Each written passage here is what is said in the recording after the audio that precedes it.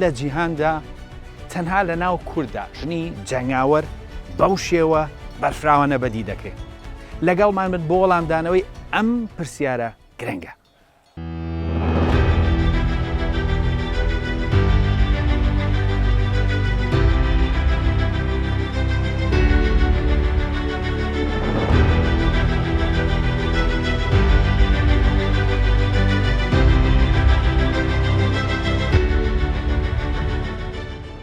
لە ساڵی 2014دا ڕێکخراوی تەرۆریستی داعش لە ڕۆژهەڵاتی ناوەڕاست بەگشتی و عێراق و سووریا بە تایبەتی سەری هەڵدا. ئەم ڕێکخراوە بە شێوەیەکی زۆر درەندانە خەڵکی بێتاوانی موسڵمان و ناموسڵمانی دەکوشت. ڕەفتاری درەندانەی ئەم ڕێکخراوە وای کرد کە ببێ بە سەردێڕی هەواڵەکانی جیهان.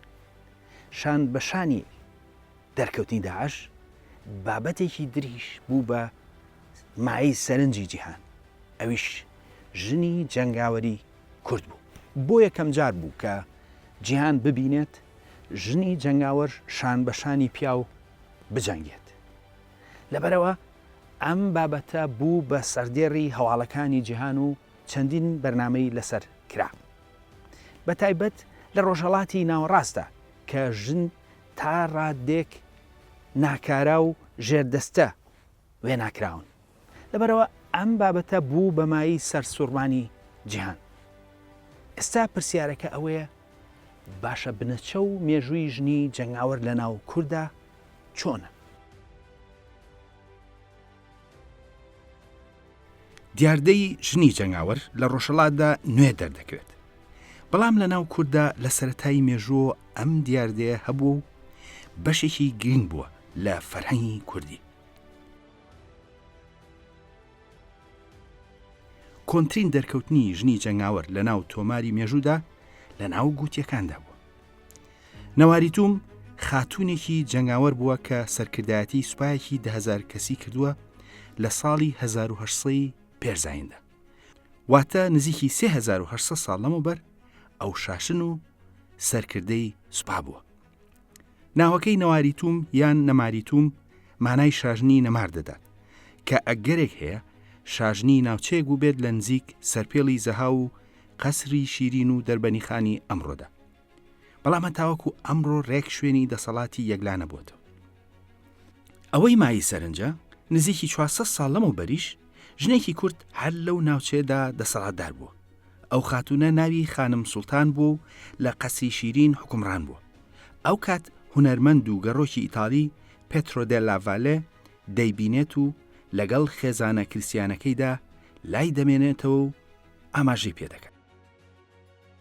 ئەوەی کە گرنگە ئەم خاتونە شاژنە کوردەی باو باپیرانمان نەواریتوم کۆنترین سەرکردەی سەربازیە کە هەتاوەکو ئەمڕۆ بناسرێت لە مێژووی مرۆڤاتیدا.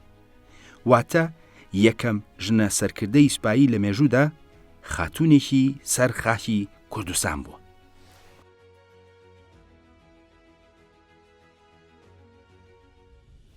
بوونی ژنی جەنگاوەر و سەرکردەی سەربازی لە ناو گوتیەکاندا نزیکەی 3800 ساڵ لەمەوبەر ئەوە دووپات دەکاتەوە کە ئەم نەریتە لە ناو کووردا دێرینە.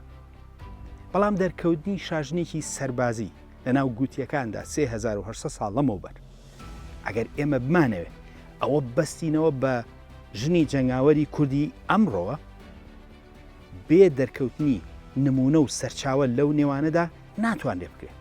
واتە بۆ ئەوەی ئێمە بڵین ئەوانە باو و باپیرانی کورد بوون دەبێت چەندین نمونە و سەرچاوەمان لەو نێوانەدا هەبێت. لە ڕاستیدا سەرچاوی تریش ئاماژە بەو دیاردەیە دەکات لە ناو کووردە. مێژوونووسی یۆنانی ئاریان نزیکی 1900 ساڵ لەمەوبەر ئاماژە بەو دیاردەیە دەکات لە ناو مادەکاندا. ئەو دەڵێت کە پادشای مادی ئاتەرپاس 100 چەنگاوەری ژن کە ئەو بە ئامازۆنیەکان ناویان دەهێنێت بەخشی بە ئەسکەندەری مەقدۆنی. ئاریان ئاماژە بە ڕووداوەکانی سەدەی 4 پێرزاین دەکات. واتە نزیکی 2400 ساڵ لەمەوبەر ڕووداوەکە ڕوویداوە.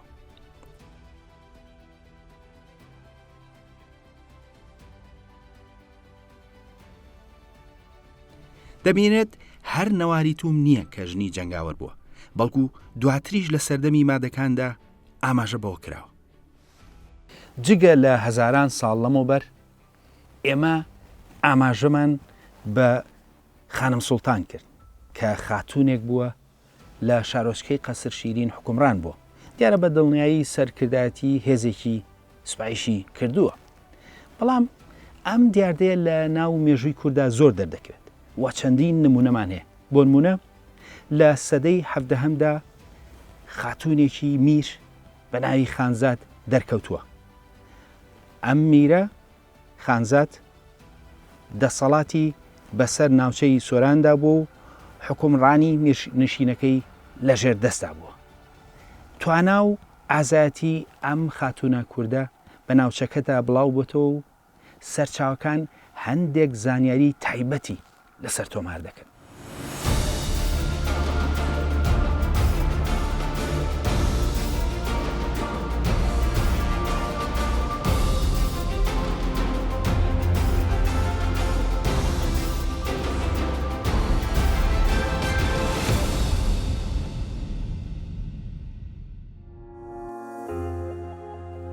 ئەم خاتونە ناوی تەواوی خانزاد کچی شاقوڵی بەجی سلێمان بەجی میرسەید بەجی سۆرانە.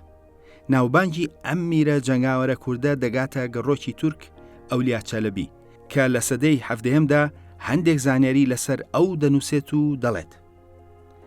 لە سەردەمی سوڵتان مورادی چواردا کە لە نێوان 1623 و 1640دا حکومڕان بووە، ناوچەی هەریر و سۆران لەلایەن ژنێکی بە ئەمەکەوە حکوم دەکرا کە ناوی خانزاد سوڵتان بوو. ئەو سەرکردایەتی سوپایەکی دەکرد کە پێک هاتبوو لە 12,000 سەربازی پیادە بە چەکەوە و 10,000 بە تیرروکەوان و جێگیریەوە. لە جەنگدا دەموچایی بە پەچێک دەشاردەوە و لەشی بەجلێکی ڕەش داپۆشرا بوو. ئەو لە سامی کوڕی نەریمان دەچوو. کاتێک کە سواری ئەسپە عەرەبیە ڕەسەنەکەی دەبوو، ئازایەتیەکی بێوێنەی لە شیربازیدا دەنوات. وەک سەرکردەی سوپایەکی 40 بۆ 50,000 جەنگاوەری بەهێز، چەند جارێک پەلاماری ئێرانی دا و ناوچەکانی هەمەدان، دەرگەسێن، چەمچەماڵ و شاری گەورەی تری تاڵان کردو و بە سەرکەوتوی و دەستکەوتێکی زۆرەوە گەڕاوەتەوە سۆران. بەداخەوە وردەکاری ژیانی ئەم شاژنە کووردە نازانرێت، بەڵام ئەوەی کە گرنگە ئەم شاژنە کووردە هاوشێوەی شاژنە گوتیەکە نەواری توم ئەویش سەرکردەی سوپایەکی کردووە، بەڵام گەورەتر لە ژمارەدا نزیکی 40 بۆ 50,000 سەرباز بەپێی ئەولیا چەلەبی. پاشماوەی حکومڕانی ئەم خاتونە کووردە ئەمڕۆ قەڵایەکە لەو دەڤەرەی کە حکمی کردو.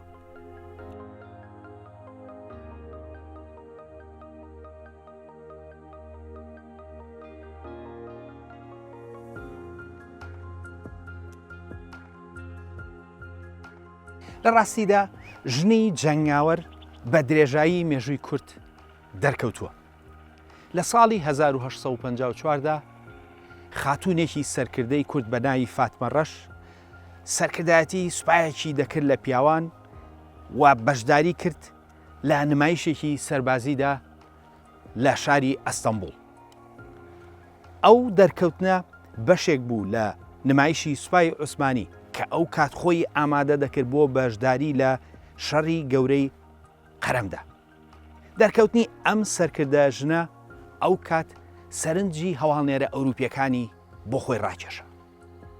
جابا بەیەکەوە بزانین ئەم خانمە کێ بووە، بۆ سەرنجی ئەوروپیەکانی ڕاکێشا بۆ خۆی و هۆکاری دەرکەوتنی ئەو چی بوو لە شاری ئەستەمبوڵ.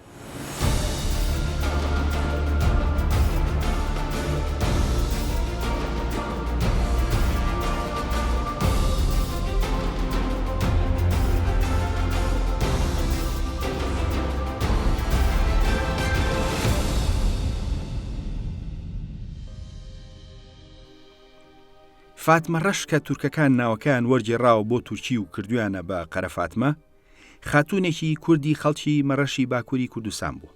ئەو وەک سەرۆک هۆزێکی ئەو ناوچەیە بە سوپایەکی گەورەوە لەو سەردەمەدا دەچێتە ناو ئەستەمبوڵ وەک بەشێک لە هەوڵەکانی سوپای عوسمانی بۆ کۆکردنەوەی هێز بۆ جەنگی قەرەم لە دژی ڕووسەکان.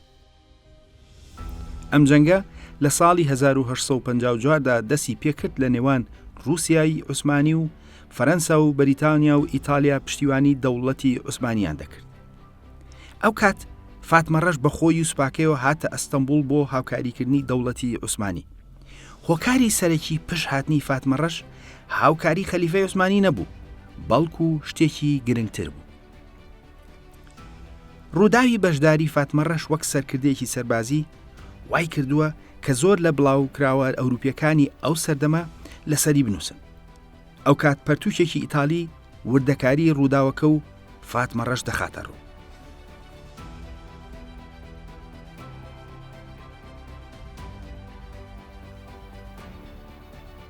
پەرتووکەکە ناونیشانەکەی دەبێتە جەنگی ڕۆژهەڵات، ژیاننامە و وێنەی ئەو کەسانەی کە لە ناو بەشداراندا زۆر دیار بوون.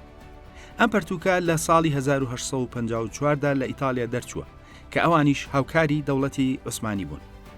لە ئەوروپادا زۆر لەسەر فاتمەڕەش نووسراوە، بەڵام ئەم پەرتووکە جگە لەوەی کە وێنەی کێشاوە زۆر بەوردی لە سەری نووسیوە.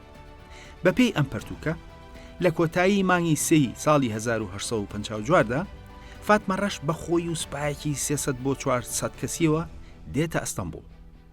بڵاوکراوەکە بە کەسێکی باڵاکورتی تەمەن سەر و 50 ساڵ وەسفی دەکات کە دوو دەمانچە و ڕمێکی بەدەستەوەی و جلی پیاوانەی لەبەردایە و دوو خزمەتکاری ژنیشی هەیە کە ئەوانیش بە هەمان شێوە جلی پیاوانیان لەبەردا بوو. ئەوان لەلایەن خەڵکەکەەوە بە چاوی ڕێزەوە سەیکراون لەبەرەوەی کە لە ناوەڕاستی ئەناتۆلیاوە هاتبوون بۆ هاوکاری بەپێی بڵاوکراوەکە. پەرتووکەکە دەڵێت کە دەبێت ئەوە بزانرێت باشوور و ڕۆژهەڵاتی وڵاتەکە کە ئاماژەی بە کوردستان خەڵکی ڕەوەندی تێدایە کە ئازا و سربەخۆن و هەمیشە ئامادەن بۆ سەرپێچی سوڵتان لە هەندێک کاتی پێویستانە بێت. پەرتووکەکە دەڵێت هێڵی نێوان سنۆپی تا ئەزمیر سنووری ئەوانە، واتە ئەو سنوورەی کە هێرۆدۆت ئاماژەی پێکردووە وەک سنووری نێوان ماد و لیدیەکان، ئەو کات بە نزیکی هەر هەمان سنووری کورد بووە لەگەڵ تورکدا. ئەم پەرتووکە بەردەوام دەبێت و دەڵێت کوردەکان تەنها لە کاتی زۆر پێویستە وەک ئەم شەڕە پەیوەندی دەکەن، دانا لە ناوچەکانی خۆیان دەمێننەوە. بە پێم پەرتووکە هۆزەکەی فاتمەڕەش لە توانایدا بووە کە 4000 جەنگاوەر ئامادە بکەن. ئەوان چەکی هەمە جۆریان پێبووە لە دەمانچە تا تفەنگ و شمشێر و ڕەم، ئەوەش بۆ بەکارهێنانی لە هەموو جۆرە شەڕێکدا.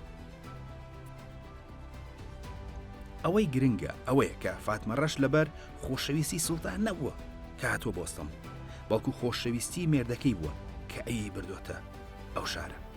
لەبەرەوەی ئەو کات مێردەکەی لە زیندانی تورکاندا بووە لە دوورگەی کریتی یۆنان کە لەژێر دەستی عوسمانیەکاندا بوو. فاتمەڕەش بە سوپاکەیەوە هاتووە بۆ ئەستەمبول و هاوکاری عوسمانیەکان بۆ ئەوەی کە بەهۆی ئەوەوە مێردەکەی بربدرێت. پەرتووکەکە بەردەوام دەڵێت کە هێزەکەی فاتمەڕەش بە درێژایی ڕێگاکەی بە هەر شوێنێکدا دەڕۆیشت، خەڵکێکی زۆر دەهاتنە دەرەوە بۆ بینینی کە پاڵتۆیەکی ڕنگتۆخی فەرو، شەرواڵێکی سپی و جووتێک پوتی زەردی لە پێتا بوو و وەک هەموو ژنێکی کورد سەرپۆشێکی سپیشی بە سەرەوە بووە بێ هیچ خشل و زێڕوزیوێت. لە تەکیدا تەپڵ لێدەر و گۆرانی بێش کە پێدەجێت دەنگبێژبی تایبەت بەخۆی بوو بێت لەگەڵ هێزە سەربازیەکەدا بوو براکەشی لە تەکیدا بوو. گرنگی ئەم پەرتووکە لەوەدایە کە دەست بەجێ دوای ڕووداوەکە و لە هەمان ساڵدا بڵاوکراوتەوە و بەپێی وردی زانیاریەکان باشترین سەرچاوەیە لەسەر فاتمەڕەش.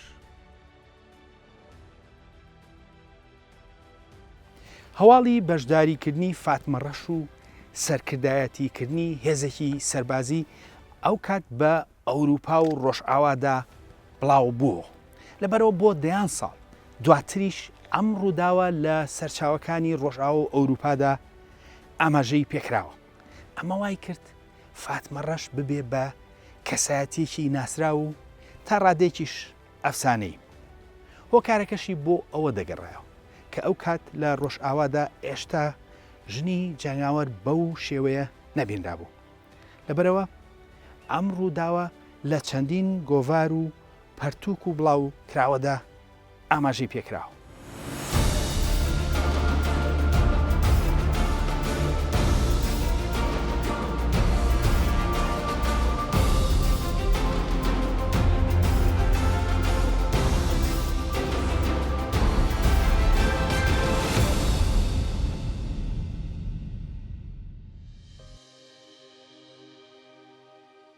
فاتمە ڕەش بوو بە هەواڵی گرنگی ئەوروپا. جگە لەو پەرتوکە ئیتالیا کە زۆر بەوردی لەسەر فاتمە ڕەشی نووسیوە، ژمارێک لە بڵاوکراوەی ئەوروپی وێنەی دەستکردی ئەویان سووە سەر بەرگی سەرەکی بڵاوکراوەکان. ئەو کات وێنەی فۆتۆگرافی هێشتا کەم و تا ڕادەیەک دەگمەن بوو. بۆ نمونە ئەمە بڵاوکراوەیەکی فەرەنسیە کە لە 15 مانگی 1954دا دەرکراوە و سەردێڕەکەی دەڵێت فاتمە ڕەشی پاڵەوانی کوردستان لە ئەستەمبول. یان ئەم ڕۆژنامەیە لە ئەڵمانیا دەرکراوە و لە سەردێڕەکەیدا دەڵێت فاتمە ڕەشی ئەمەزۆنی چاونەترس وەک ئاماژە بەژنە جەنگاوەرەکانی ئەمەزۆن. ئەم پەرتوکە لە شاری لەندەن لە ساڵی 1888دا دەرکراوە، واتە 34 ساڵ دوای دەرکەوتنی فاتمە ڕەش. لەوێدا ئاماژە بەوە دەکات کە ژنی کورد سەریاندا ناپۆشن و ئازادن و لە کاتی پێویستدا چەکەڵ دەگرن. هەرچەندە پەرتوکە باسی دابوونەریتی نەتەوەی جیاوازە، بەڵام ئەو نەریتە تەنها لە ئاماژە بە کورد باسی دەکات و وێنێکی خەیاڵی فاتمە ڕەشیشی داناوە.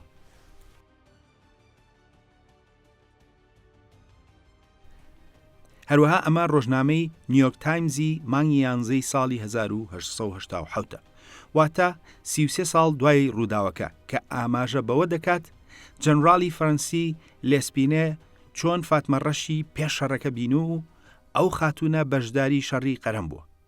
سەردێڕی هەواڵەکە دەڵێت فاتمە ڕەشی ئەمەزۆنی وەک ئاماژەیەک بەژنە ئەمەزۆنەکان کە لە سەرچاوە یۆنانیەکاندا ئاماژیان پێکراوە.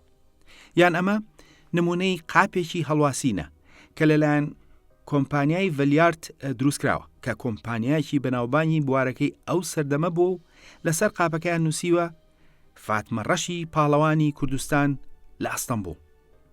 هەروەها ئەمە لە ساڵی 1859دا لە پاریس بڵاوکراوەتەوە سەبارەت بە فاتمە ڕەش. وەک سەرنج دەدرێ زۆربەی سەرچاوە ڕۆژئاواییەکان فاتمە ڕەش بە ژنە ئەمەزۆنەکان دەچوێنن. دیارە ئەوان مەبەستیان لەو ژنە ئەمەزۆنانە نییە کە لە فیلمە سینەمایەکانە دەیبینین و لە جەنگەڵەکانە دەرەکەون. ئەوان ئاماژە بە ئەفسانەیەکی یۆنانی دەکەن بە ناوی ژنە ئەمەزۆنەکان.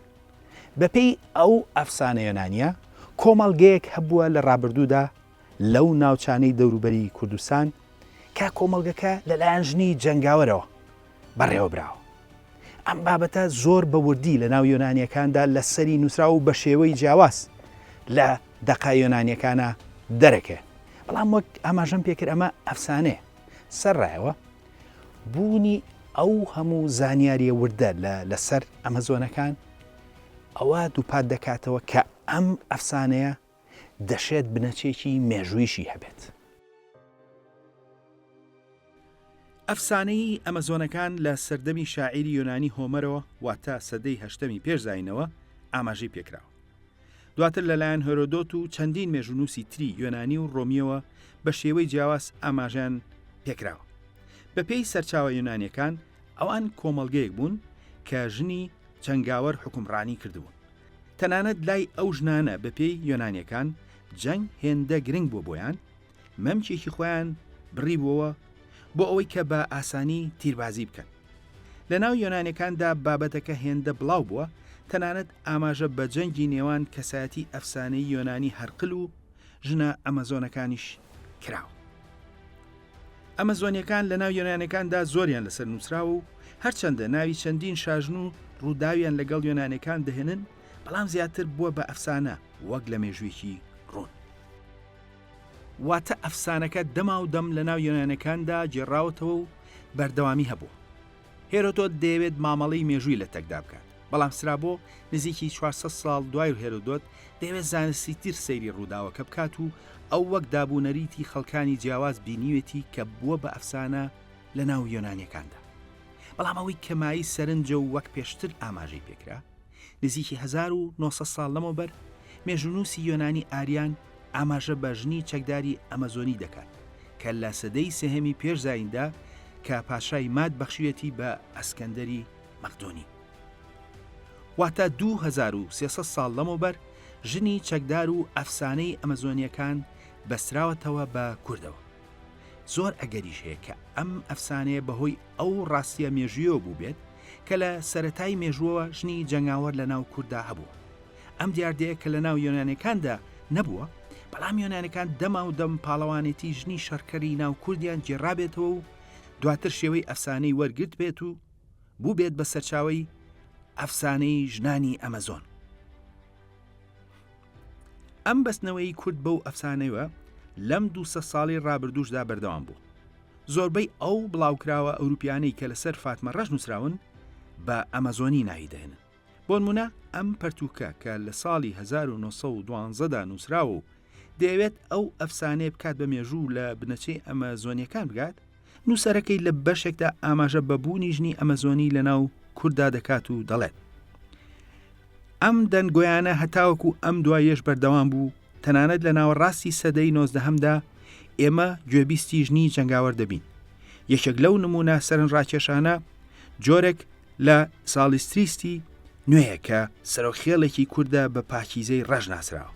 لە سەرەتای جەنگی قەرەمدا سەرکردایەتی سوپایەکی 1000 کەسی دەکرد و دوای ئەوەی کە نمایشێکی لە بەردەم کۆشتی سوڵتاندا لە ئەستەمبول پێشکەش کرد، چوو بۆ شەڕ لەژێر سەرکردایەتی عومەر پاشا لە دژی ڕووسەکان لەسەر ڕووباری دانوب. نووسەر دەوێت بڵێ کە ژنی جەنگاوەری ئەمەزۆنی لە ناو کوردەکاندا بەردەوام بوو و فاتمە ڕەش وەک نمونە دەێنێتەوە. فەرمانبەری بەریتانی تۆمسن کاتێک کە ئاماژە بە هێزەکانی بەریتانیا دەکات لە سەرەتای سەدەی 20دا، ئەو ئاماژە بە 2 خاتوونی کورد دەکات کە خوشک بوون بە ناوی کۆخەنێرگز و ئاشەنێرگز کە وەک ژنە ئەمەزۆنیەکان پەلاماری سوپای بەریتانیان داوە، یان توێژەرێکی وەک جۆنمان کە پەرتوکەکەی لە ساڵی 2017دا دەرکردووە و لەژێر ناونیشانی گەڕان بە دوایی ئەمەزۆنیە ڕاستیەکاندا ژنی جەنگاوەری ڕاستی جیهانی دێرین. ئەویش بەشێکی تایبەتی لە پەرتوکەکەی بۆ ژنانی کورد تەرخان کردووە. لە ڕاستیدا فاتمە ڕەش دەیان جار بە ئەمەزۆنی ئاماژەی پێکراوە، واتە لە دوای مێژونووس ئاریانەوە ئەو دیاردەیە بەردەوام بووە وەک تۆمار لە نزیکی 200 ساڵی ڕابردوودا هەر کەس ئاماژەی بە ژنە جەنگاوەرە ئەمەزۆنیەکان کردبێت هەمیشە ئاماژیان بە ژنی کورد کردووە.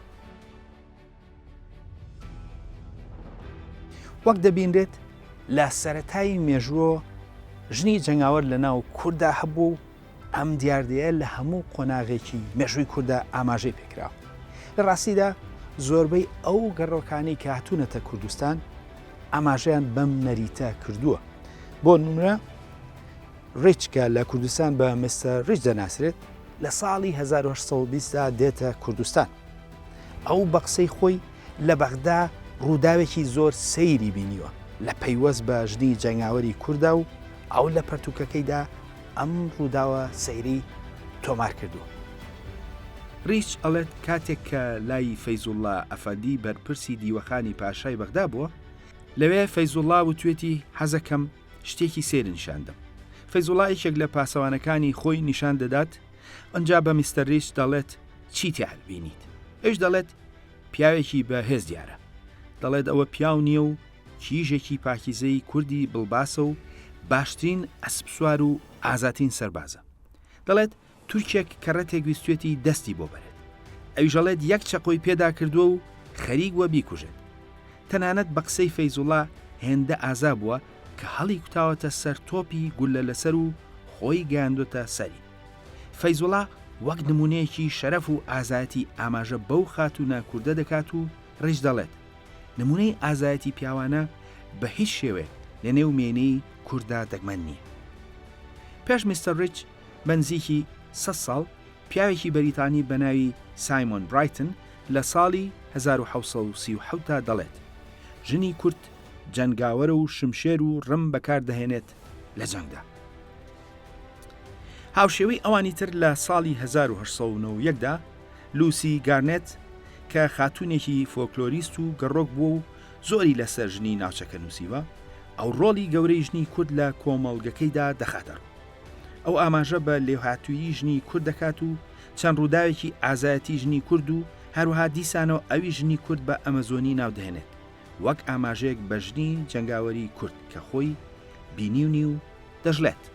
ژنی کورد بە تایبەتی لە ناو هۆزار ڕەوەندەکاندا بایەخێکی چالاکانە دەدەن بە کاروباری کۆمەڵایەتی و سیاسی هۆزەکەیان و ئەوان ئاگاداری کێشە، ڕێخستن و پیلانەکانن کە زۆر جار ئەوان بەڕاستی و ڕۆحی پاڵنەرین هەروەک پیاوانی ڕەگەزەکەیان زیت و کۆڵنەدەرن و هەمیژە بە ئاگان و ئامادەن کە سواری زینی ئەسپەکان ببن.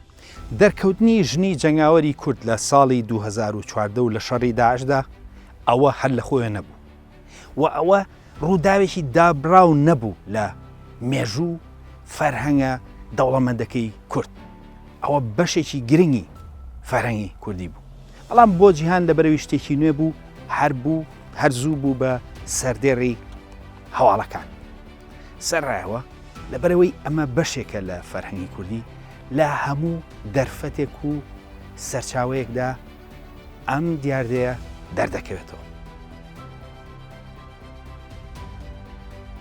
مایکل گونتە ئاماژە بە سێژنی سەرکردەی کورد دەکات کە شەڕیان لەگەڵ سوپای عوسمانیدا کردووە و ناویان لە سەرچاوەکاندا هاتووە کە بریتی بوون لە مامە پورە حەلیمەی پشدەر، مامە قەرە نێرگزی هۆزی شوان و مامە پرشنگی هۆزی میلان. بەداخەوە شتێکی ئەوتۆ سەبارەت ئەم سێ جەنگاوەرە کووردە نازانێت جگەلەوەی کە دژی سوپای عوسمانی شەڕیان کردووە. هەروەها سوپای کەریمخانی زەند دامەزرێنەری دەسەڵاتداری زەن کە حکمی ئێرانیان دەکرد هەندێک جار ژنانی تێدا بووە کە شان بەشانی پیاوان شەڕیان دەکرد لە دژی هێزە ئەفغانیەکان کە هەندێک جاک لە شەڕدا بوون لە تاشیاندا. لە سەدەی 20دا خانمێکی تری کورد بە ناوی قەدەمخێر ناوی دەرکردووە. ئەم ژنە خەڵکی لوڕستانی ڕۆژهەڵاتی کوردستان بوو. دوای ئەوەی کە شامورادی برایان لە ساڵی 1925دا کوشت ئەو سەرکردایەتی هۆزەکەی دەکرد لە دژی ڕەزا شای پەهلەوی ئێران. لە سەردەمی خۆیدا نامەی نووسیە بۆ شێخ مەحموود لە باشووری کوردستان داوای لێکردووە کە هێزەکانیان بکەن بێک لە دژی دوژمنەکانیان. ئەم خانمە لوڕە کووردە لە سەردەمی خۆیدا ڕۆڵێکی ئازایانەی سەربازی و سەرکردایەتی بینیوە. دیاردە کۆمەڵایەتیەکان هەمویان هۆکاری جیاواز لە پشتیانەوە. کۆمەڵگەی کوردی هەندێ نەریدی تایبەت بەخۆی هەیە کە بە تەواوی لە نەتەوەکانی دراوسێ و تا ڕادێک جیهانیش جودای دەکاتەوە. ئەوەی کە ڕوونە ژن ڕۆڵی گرنگی لەناو ئەم کۆمەڵگەیەدا هەبوو و ئەو ڕۆڵەش لە بواری سەربازیدا هەتاوەکو ئەمڕۆ بەردەوامە. لە ڕاستیدا بەسەدان کەسایەتی ژن هەیە کە ڕۆڵی گرنگیان لەناو کۆمەڵگەی کوردیدا بینیوە لە بواری جیاوازدا. دیارە چەندین هۆکار هەیە بۆ ئەم دیاردەیە. لەم بەرنمەیەدا ناتوانرێت هەموو ئەو هۆکارانە بخرێنە ڕوو. لە بەرنامەیەکی تایبەت بە دەسەڵاتی ژن لە مێژووی کووردا وردەکاری زیاتر دەخرێتە ڕوو. ئەوەی کە ئەمڕۆ بایەخی پێدرا بابەتی ژنی جەنگاوەر بوو کە بەشێکە لە تایبەتمەندیەکانی فەرهەنگی دەوڵەمەندی کورد و بەردەوامی مێژوویەکی دێرینە. وەک ئەمڕۆ لەم بەرنمەیەدا بینیمان یەکەم ژنی جەنگاوەر لە مێژووی مرۆڤایەتیدا نەواریتوم شاژنێکی گوتی سەرخاشی کوردستان بووە. بەڵام ئەم ڕووداوە دەگمەن و تەنها نییە، بەڵکو لە هەموو قۆناغێکی مێژووی کووردا بەردەوام دەرکەوتوتەوە. ئەم ڕووداوە هێندە بڵاو بوو لە ناو فەرهەنگی کوردیدا دەشێت بوو بێتە سەرچاوەی ئەفسانەی ژنە ئەمەزۆنیەکانی ناو یۆنانیەکان. ئەوەی ئەم ئەگەرە بەهێز دەکات یۆنانیەکان 1900 ساڵ لەمەوبەریش ئاماژیان بە ژنە ئەمەزۆنەکان کردووە لە ناو مادەکاندا باو باپیرانی کورد. واتە لە ڕابردوو ئەم ڕۆژدا هەر کات ئاماژە بە ژنە ئەمەزۆنەکان کرابێت ژنی کورد وەک بابەتێکی گرنگ و پەیوەندیدار هاتۆتە کایەوە و ئاماژەی پێکراوە. وەستانی ژنی جەنگاوەری کورد بەرامبەر بە داعش جارێکی تر وە بیرهێنانەوەی جیهان بوو بە یەکێک لە دەوڵەمەندترین و دێرینترین فەرهەنگ لە جیهاندا کە فەرهەنگی کوردیە.